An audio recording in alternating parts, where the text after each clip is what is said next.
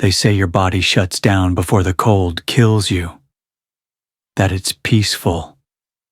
I can tell you, that's a lie. It started 2 days before Christmas. My car broke down on a remote stretch of Highway 65, cutting through the snow-choked woods of northern Minnesota. I was headed to my sister's cabin, stupidly thinking my beat-up Corolla could handle the back roads. No cell service, no passing cars, just trees, silence, and the wind, whispering like it had secrets. I decided to walk. A mile in, I saw her. A girl, maybe 6 or 7, standing barefoot in the snow, wearing a white nightgown that fluttered like torn lace. Her skin was the pale blue of something long dead. Her eyes were colorless. Not white, not blind. Just, empty. She didn't speak. Just turned and walked into the trees. I should have kept walking toward the highway, but I followed. I don't know why. Something about her demanded it. The woods were deeper than they should have been. Trees thickened. The snow fell harder. I lost sight of her, then found her again, standing beside an old hunting shack I swear hadn't been there a minute ago. She went inside. By now my hands were going numb. I knew I needed warmth, so I followed her in. The air inside was strangely warm, almost humid, like breath. There were no lights, but I saw shapes, antlers nailed to the walls, bones in the corners, something writhing in the shadows. I blinked. Gone. Then I saw her again, sitting in the far corner, rocking slowly. I said, "Do you need help?" She turned to me, smiled, and I realized her mouth had no lips, just teeth, sharp, small, and too many of them. She whispered, "You followed." I backed toward the door, but the door was gone. Just a wall of rotting wood pulsing faintly like flesh. The room grew colder. My breath crystallized mid-air. My limbs stiffened. She stood, floated almost, gliding toward me. Her eyes pulled at me like a whirlpool of frost. "You followed," she said again, voice a needle in my ear. I screamed. I ran at the wall. This time it gave way, splintering open into blinding snow. I stumbled out, collapsing. When I woke, I was in a hospital bed. A snowplow driver had found me unconscious by the roadside, hypothermic but alive. No girl, no shack. But here's the thing. The doctors said I'd been outside. Less than an hour. That's not true. I remember every minute. I remember the warmth inside the shack, the feel of the walls, her eyes. And last night, back in my apartment, I found snow melting beneath my bed. This morning I woke up with frost on my lips. And her voice whispering from the closet. "You followed. Now you bring them." And I will. Because she's still watching. And I still see the frost in her eyes.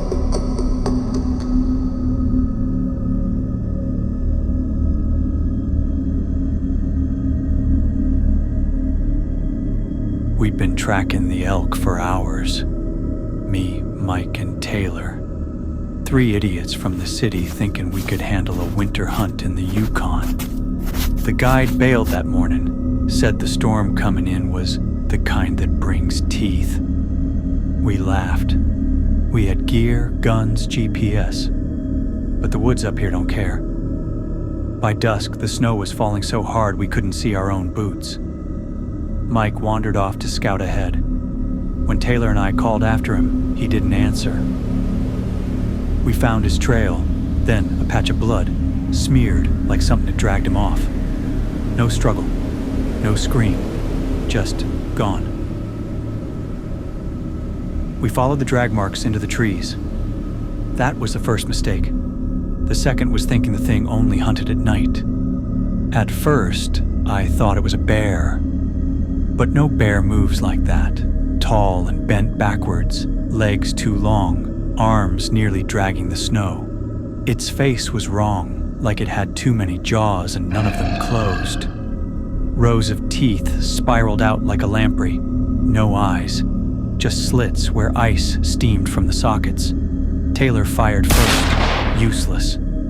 The shot echoed into the woods, swallowed by the storm. The thing didn't flinch, it grinned wider. Then it came. Fast. Too fast.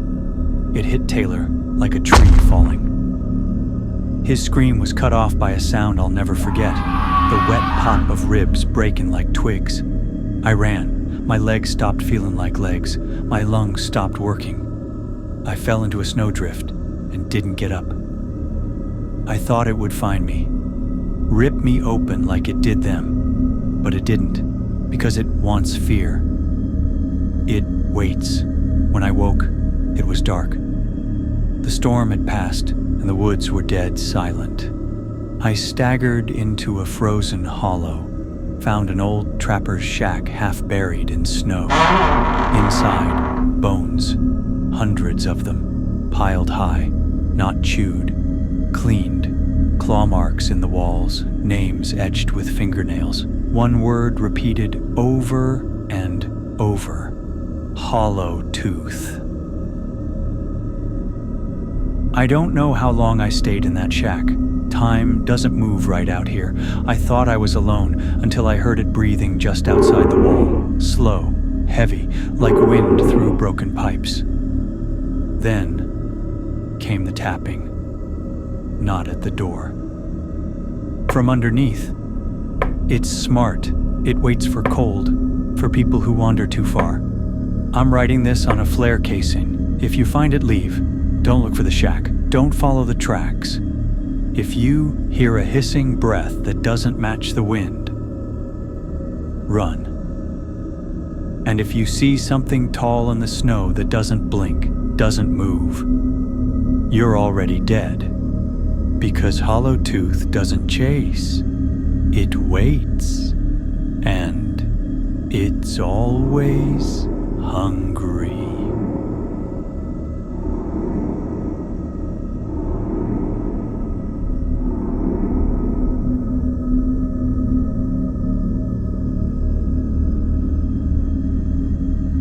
It started with a power outage. The wind had howled all day, and by nightfall, our campus was encased in a sheet of ice. Finals week had driven most students home early, leaving the dorms nearly empty. My building, Holloway Hall, was down to just me and maybe a handful of others. I stayed behind to finish a thesis paper in peace. When the lights went out, I figured it was just another winter storm glitch. No big deal. I grabbed a flashlight, bundled up, and settled into my room with a portable charger and half a bag of stale pretzels. But then the knocking started.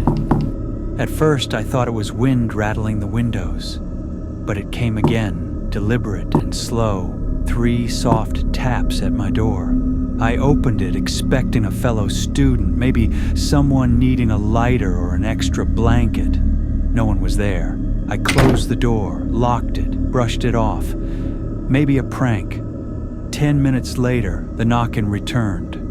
3 knocks, pause, 3 more, louder. I opened the door again, still empty hallway. This time, I left it open, stepped out, shouted, "Not funny!" Silence. Even the wind had stopped. I turned back and my door was shut. I swear to you, I left it open. My breath caught in my throat as I tried the handle. Locked. From inside. I live alone. I banged on it, heart thudding in my ears. Then I heard it, soft whispering from behind the door. My own voice repeating what I had just yelled. "Not funny!" I ran. I sprinted down the hallway, flashlight bouncing until I found the stairwell. I slammed through the door and nearly tripped over Sarah from 5C sitting on the steps, rocking back and forth. "Sarah?" I asked, breathless. Her eyes were wide. Her lips trembled. "It got in," she whispered. "It looks like you Sounds like you. But it's not you. Before I could say anything, we both heard footsteps above. Heavy, slow, coming down. I pointed my flashlight up the stairwell. My own face stared down at me, pale, smiling. Sarah screamed. I yanked her up and dragged her with me. We fled outside into the blizzard, barefoot, half mad. We were found the next morning, half frozen, near the campus chapel. They say we had a shared delusion. That stress and isolation made us hallucinate. Sarah doesn't speak anymore, just stares at corners and hums. I dropped out, moved across the country. But it still finds me. Sometimes I'll hear knocking, 3 slow taps, on my apartment door, even if I live on the 15th floor. Sometimes I hear my voice whispering back things I've never said. And sometimes when I pass a mirror, I see my reflection smile a second too late. No one believes me, but you should, before it finds you too.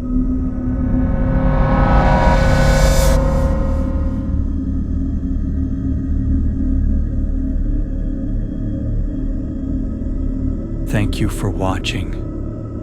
Hope you enjoyed these creepy tales full of horror and suspense.